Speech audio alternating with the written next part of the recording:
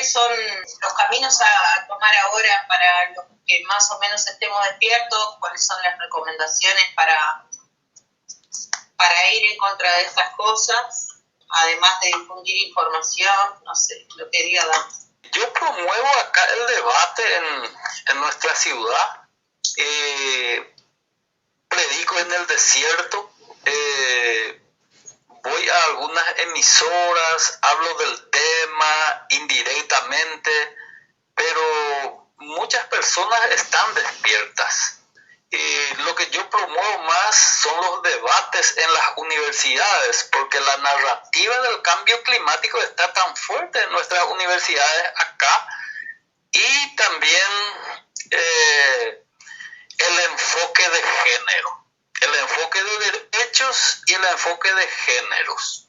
Y todo lo que subyace a todo esto, se aprobó una ley acá en el Paraguay en el 2020 y nadie supo nada. Y ya tenían absolutamente, totalmente ya planificado todo.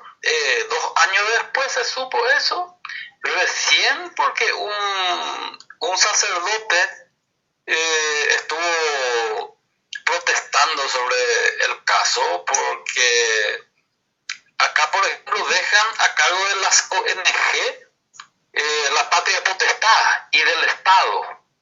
Eso es gravísimo. Por un pequeño decreto derogan prácticamente la patria potestad que está contemplado en el derecho civil paraguayo, y dejaría a merced del Estado decidir sobre los niños y sobre los neonatos. Entonces empezó recién el debate, pero unas cuantas discusiones y se terminó ahí, porque acá en nuestro país los partidos políticos son los que manejan totalmente universidades, todo ellos manejan. Yo no estoy afiliado a ningún partido político, coincidentemente. En ese sentido, predico en el desierto, pero por lo menos tengo gente con quien me relaciono y trato de que ellos dimensionen lo que está aconteciendo, pero el debate y la difusión de informaciones veraces es lo que podría de alguna manera frenar todo este gran proyecto que se está aplicando. Y en fin, yo hago lo que puedo en las aulas, por eso es que ellos suprimieron las clases presenciales justamente con la farsa del distanciamiento social y todo eso, por si algún profesor esté despierto y pudiera despertar al rebaño. Entonces, por mi parte, yo siempre trato de hablar también con las informaciones científicas, trato de buscar informaciones veraces, baso lo que digo en afirmaciones de premios Nobel, expertos en el asunto, y hombres libres en realidad, hombres libres, porque acá es difícil. Los canales increíblemente manejan totalmente, y los políticos manejan totalmente, al igual que en la Argentina, en todas partes, ¿verdad? Somos, en fin, porque las universidades quedaron prácticamente clausuradas, y es donde debería de abrirse el debate en torno al cambio climático, por ejemplo, en torno a todo lo que está pasando. A la gente no les importó que sus derechos hayan sido pisoteados, por ejemplo. En fin, ni los abogados no se preocuparon tanto por eso, se callaron y no se abrió el debate.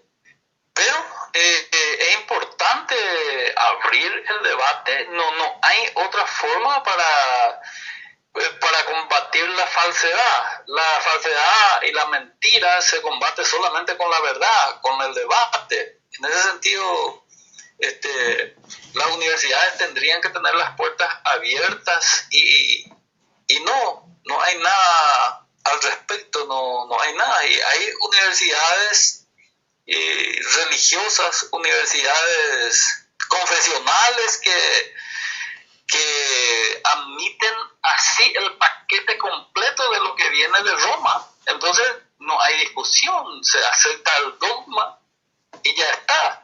Y las universidades nacionales son manejadas por políticos ignorantes acá en el Paraguay. Entonces es casi imposible. También solamente tenemos las redes, porque también las radios públicas, radios privadas, siempre también obedecen a intereses. Entonces hasta uno podría decir que está incomunicado, pero por lo menos así redes paralelas, canales paralelos, es lo que podría de alguna u otra manera difundir la información veraz y llegar a ciertas conclusiones para ir ayudándoles a los hermanos a entender esto que está pasando y que fue todo un plan, no fue algo espontáneo. Se sabe, por ejemplo, que el bicho ese tuvo una creación en el 2001. Lo escuché hablar al eminente médico, el doctor David Martin, por ejemplo, y al doctor Rainer Füllmich, el mejor abogado penalista alemán. En fin, el bicho tiene fecha de nacimiento, tiene número de patente, por ejemplo, y data del 2001. En fin, todo esto se supo gracias a canales paralelos. Canales de información paralela. No guiarnos por los grandes medios de comunicación, porque nos van a decir lo que los poderosos quieren, ¿verdad? Es muy importante eso que dijiste de la batalla cultural, ¿no? O sea, es la única que tenemos, o sea, no tenemos otra cosa. Lo que podemos hacer es dar la batalla cultural para tratar de promover la libertad y tratar de llegar a lo más que podamos a la verdad, debatiendo, haciendo estas charlas, lo que sea, pero es el único medio que tenemos. El tema del transhumanismo es un tema muy importante del que se habla poco. Me da mucha pena que al principio del video hayamos tenido algunos problemas técnicos, que medio que se cortaba y eso, y capaz que no se entendía muy bien. Esta última parte sí se entendió bastante mejor, pero vieron como también, empezando por el transhumanismo, derivamos también en otras cosas como el feminismo, el cambio climático, lo que pasó en estos 2 años anteriores, porque está todo relacionado, o sea, está todo concatenado, o sea, es un plan único que después tendrá sus variantes, pero sus aristas, pero es un plan único al que nos quieren llevar. Dante, primero agradecerte muchísimo por haber participado en nuestro canal. Se nota que tu conocimiento y tu entendimiento en el tema. Y bueno, te dejo estos últimos minutos para que hagas la reflexión final, comuniques lo que quieras comunicar. Sí, en primer lugar, muy honrado en participar y en compartir con ustedes acá desde Paraguay. Y vamos a seguir dialogando, vamos a seguir debatiendo, transmitiendo informaciones veraces. Y con respecto a esto del transhumanismo, yo ni me lo esperaba, por ejemplo. No me lo esperaba. Tenemos información ahora recién de esto. Esto estaba permaneciendo en la penumbra. Ahora lo dicen abiertamente. Entonces, la reinterpretación que hacemos de sus propuestas, las propuestas son terroríficas. Simplemente, el transhumanismo y el poshumanismo son primos hermanos, así de sencillo. Y proponen la abolición de la especie humana. Es así de sencillo. Y eso implica la creación de seres asexuados. Es más, hay teólogos que aceptan esta propuesta y la denominan co-creación. Imagínense, o sea, sería una creación de la humanidad, pero sería a la vez una co-creación con vistas a los transhumanos o poshumanos a ser creados, que yo creo que ya estarán caminando entre nosotros porque hay bio-nanotecnología avanzada. es probable que ya estén. Entonces, ¿cómo lidiar con esto? Y solamente con la verdad. No tenemos quien nos ayude, porque evidentemente en un Estado de Derecho y en una democracia no debiera existir la censura, pero coincidentemente le censuraron a nada más y a nada menos que al presidente de los Estados Unidos en el 2020, y ¿qué seríamos nosotros? Entonces ese fue un primer paso a la censura universal, y luego ahora ya sabemos que esta red que tiene la letra F te censura, y ¿quiénes son ellos para censurar, verdad? Entonces, claro, una empresa privada censurando, ni el Capitolio no puede hacer nada contra ellos, ni el Parlamento norteamericano. Entonces, esto seguirá. Es probable que se derrumbe por su propio peso o por la verdad, cuando la humanidad reflexione, se vuelque sobre sí misma en una reflexión.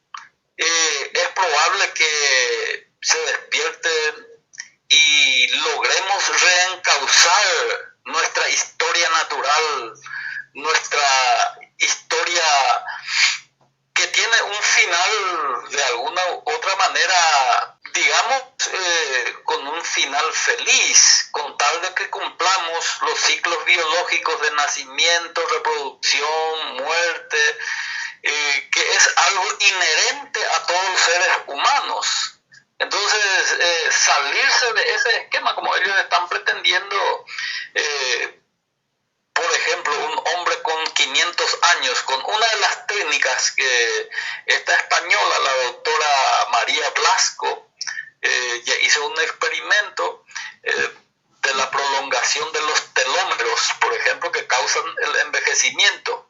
Escribió un libro, Morir joven a los 140 años. Entonces, se estima que una vida con la aplicación de todas estas tecnologías pudiera alcanzar 650 años. Pero vivir 150 años no tendría sentido. En fin, estar casado 650 años no tendría sentido.